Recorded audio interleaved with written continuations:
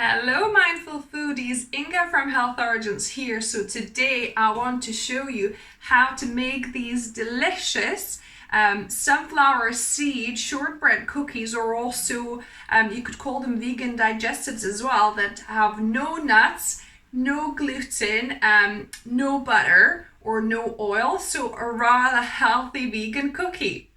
Let's begin.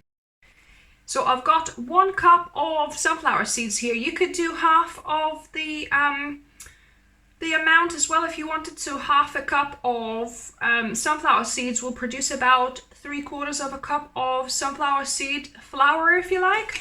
But I'm doing double the amount because it's just the same kind of amount of work, so might as well make a few more biscuits.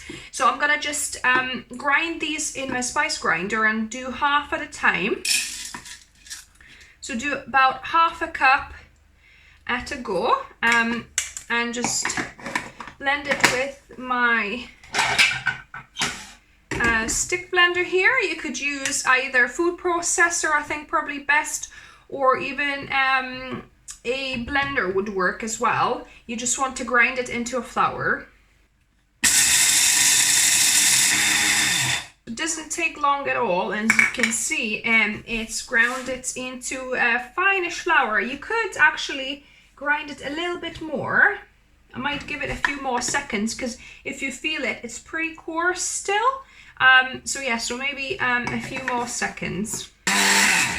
Now that feels finer, so I'm gonna just add it into a bowl. See, if you grind too long, then it starts sticking a little bit at the bottom there, but that's fine. So I'm gonna grind the rest of them. So here there's 1.5 cups of ground sunflower seeds or sunflower seed flour. Any nut or seed flour would work here. So this is basically my vegan shortbread recipe, just with, instead of almonds, I'm using sunflower seeds. So this is great for people with nut allergies. So in the original recipe, I've got, I think, 1/4 teaspoon of salt, or is it a pinch? But anyway, 1/4 teaspoon should be enough here as well. You don't need too much salt. It just kind of accentuates the sweetness. So then I've got 1/2 cup of cornflour here. You could use other starch like potato starch or tapioca or arrowroot starch, or you could also use brown rice flour as well. And now I'm just gonna mix that through. So this is nicely mixed now. So the last ingredient is our maple syrup. So we're gonna add 4 tablespoons and then mix and see if it needs any more.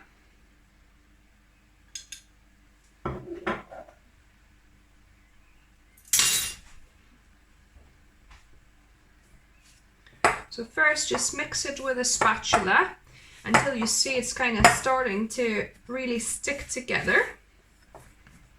And it's still quite loose crumbs. I mean, yes, it's sticking a little bit when you press some of it, but it's still quite loose. So I'm gonna add about 1 teaspoon of extra maple syrup at a time.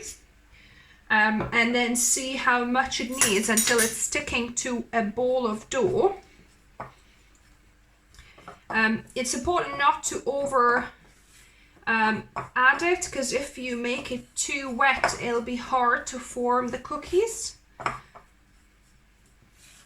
You need quite a stiff dough, so the best way to gauge is to just go in with your hands. So I'm just gonna go in with my hands and see if it's enough. It's actually quite sticking together quite well now. There's some looser crumbs on the sides, but I'm gonna try and mix them in. So it's sticking together quite all right now, actually. I think maybe another drop of syrup, maybe another 1/2 teaspoon. And that should be enough. You want it not too crumbly, but not too wet either. just as soon as it sticks quite well together and doesn't crumble off, it's good to go. So this looks good to me. So just roll it in a ball. I'm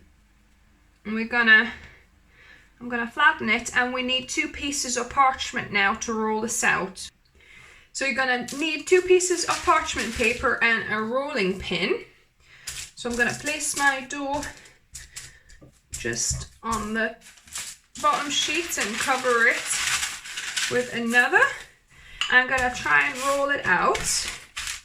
Might need to kind of start by pressing it if it doesn't roll very well, until you can roll it. And you want it to roll out about 1/2 centimeter or maybe 3 millimeter thick. So you want them not too thin, but not too thick either.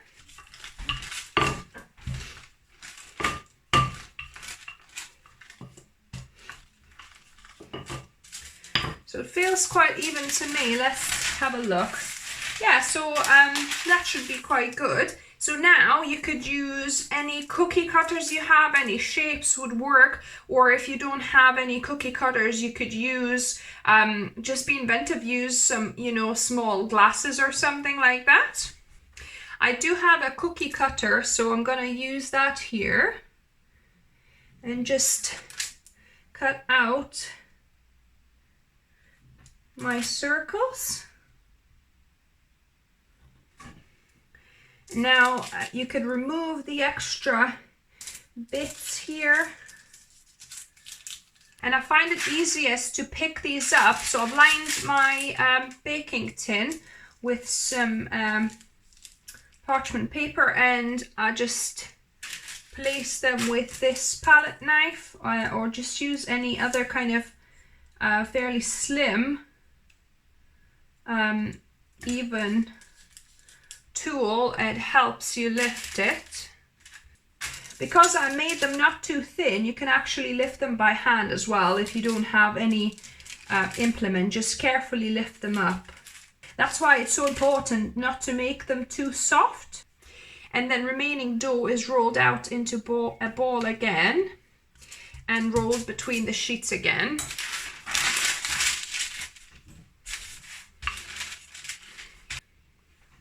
So now I've got these ready, and they're going to be baking in a preheated 160 degrees Celsius oven for 22 to 25 minutes, depending how hot your oven gets. But when it starts kind of getting slightly golden yellow on the edges, then they're done.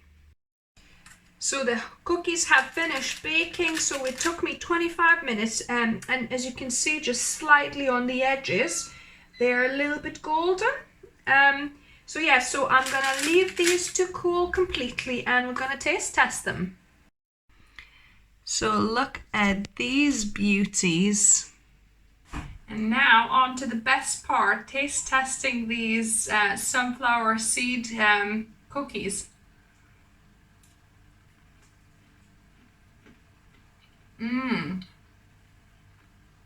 Nice. I think if you wanted to, for them to be more like digestives, more like kind of crunchier, you might want to bake them just a little bit more, maybe 2-3 more minutes, because at the minute, it's kind of quite soft and a little bit chewy. But if you kind of dry it out a little bit more, because it's only like quite a low temperature, 160 degrees Celsius. So if you bake it for like I say 2-3 more minutes, so I did it for 25, so maybe 27, 28, then it would be more like a digestive. But if you like it a bit of a softer, kind of chewable cookie, this is great. And it's got this nice sunflower kind of halva taste. If any of you are Eastern European, you know what I mean exactly. Halva is basically the taste of sunflowers with sugar, but that's kind of what this cookie tastes, a little bit like halva. But yeah, definitely much healthier version of this. So I hope you try this. Let me know what you think about it. If you do try it, give me a thumbs up and type down in the comments, because your engagement helps to push this video out for more people, so that more people can enjoy the healthier cookie goodness. So if you're new to the channel, welcome and subscribe for more videos like this on Wednesdays and Saturdays. And as always, remember, food is fuel, so be mindful of what you put in the body. Until next time.